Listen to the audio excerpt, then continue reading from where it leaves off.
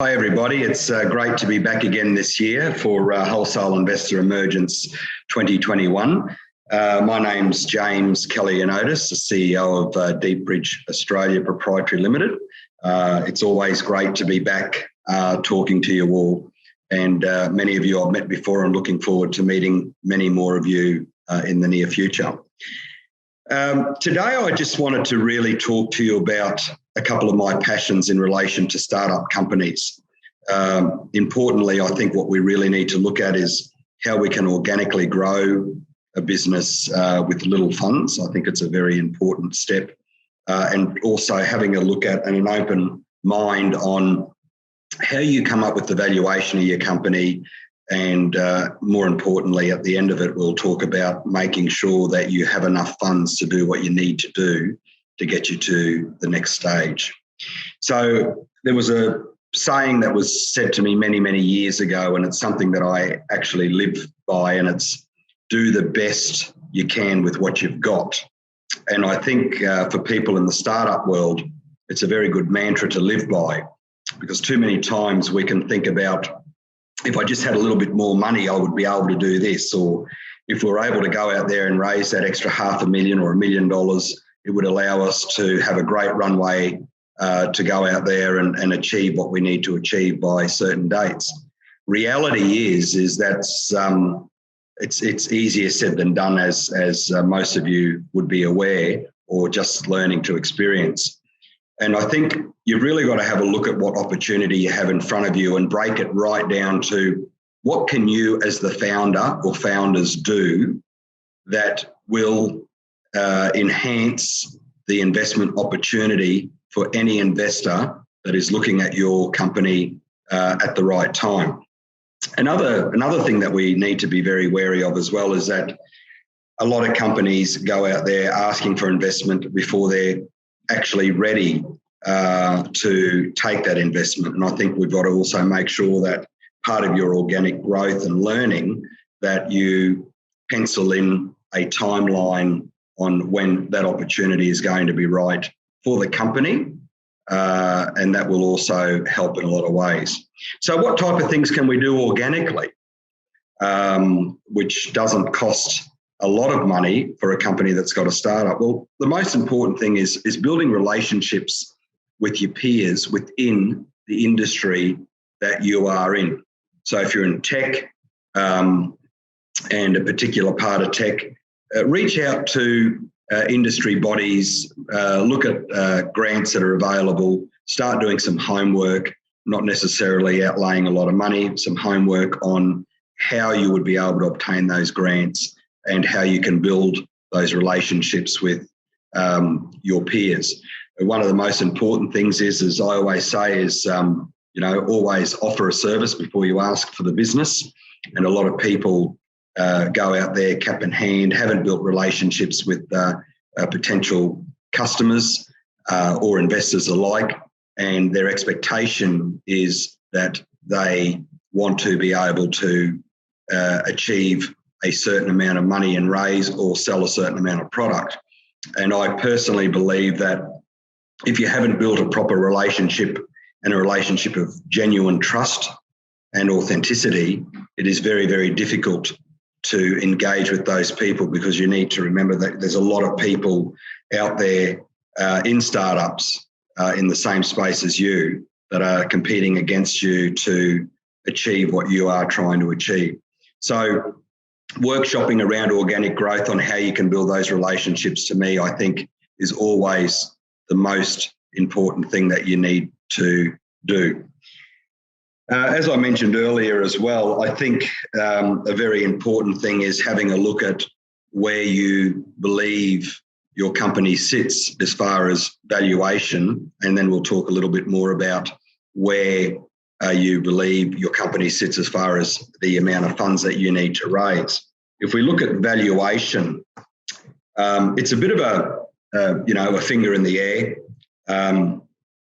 If I look at the companies that I've looked at over the last few years, and there's two questions I always ask is, what do you perceive your valuation to be, and how much money do you need to raise.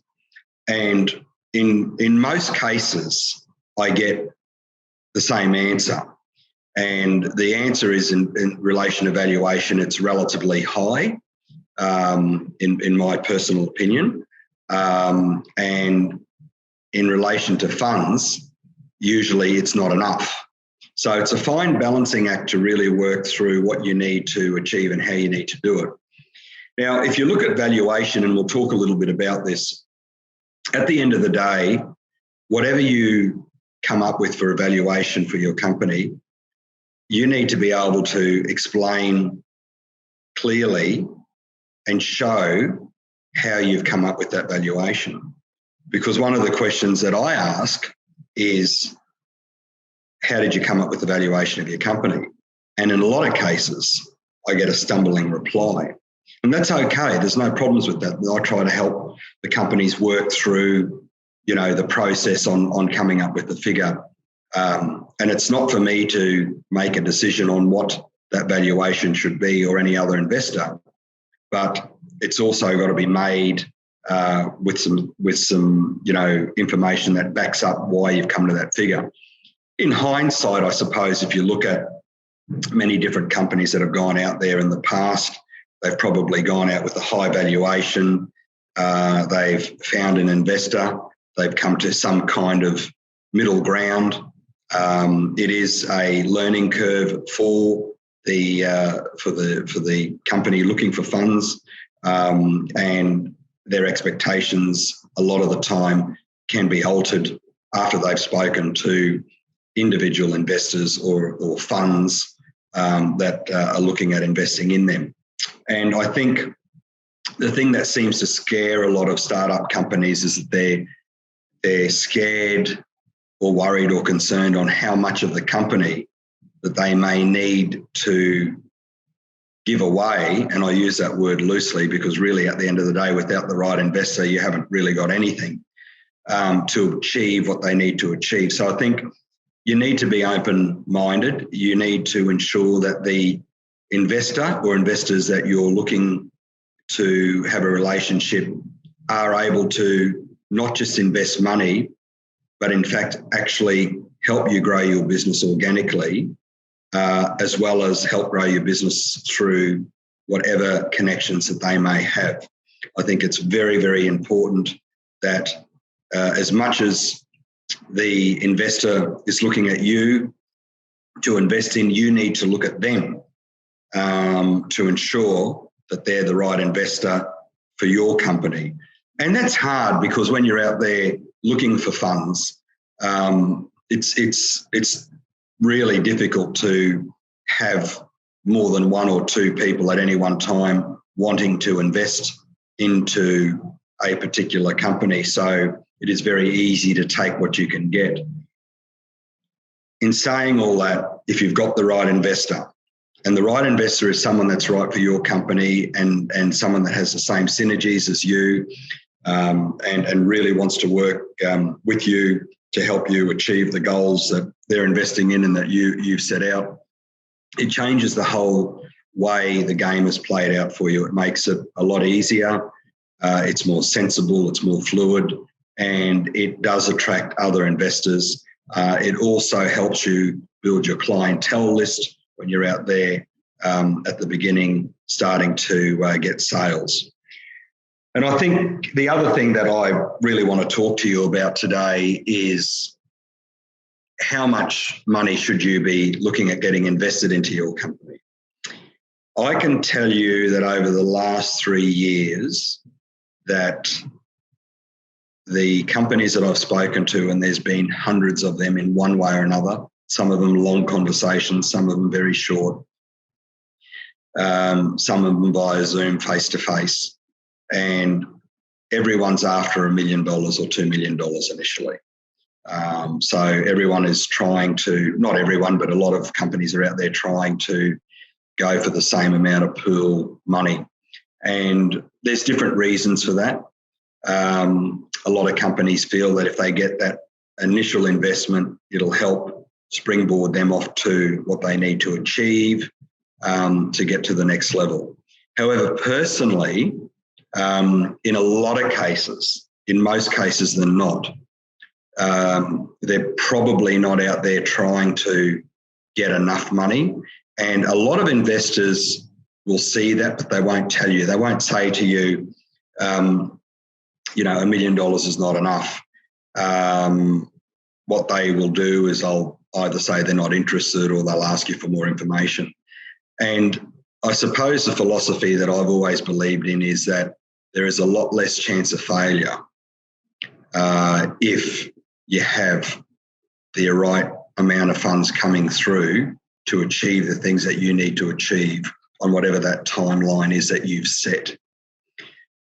And if you look at many companies out there that are now going into second and third rounds, even in this market, a lot of the ones that have survived well is because they have survived by having enough money invested in them to allow them to do what they need to do to get to where they are today.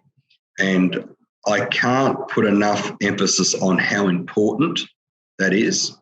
It's probably one of the most important parts of a startup company, of its success, is ensuring that the rollout of funds is coming through. It doesn't mean that the investor has to drop all that money in on day one.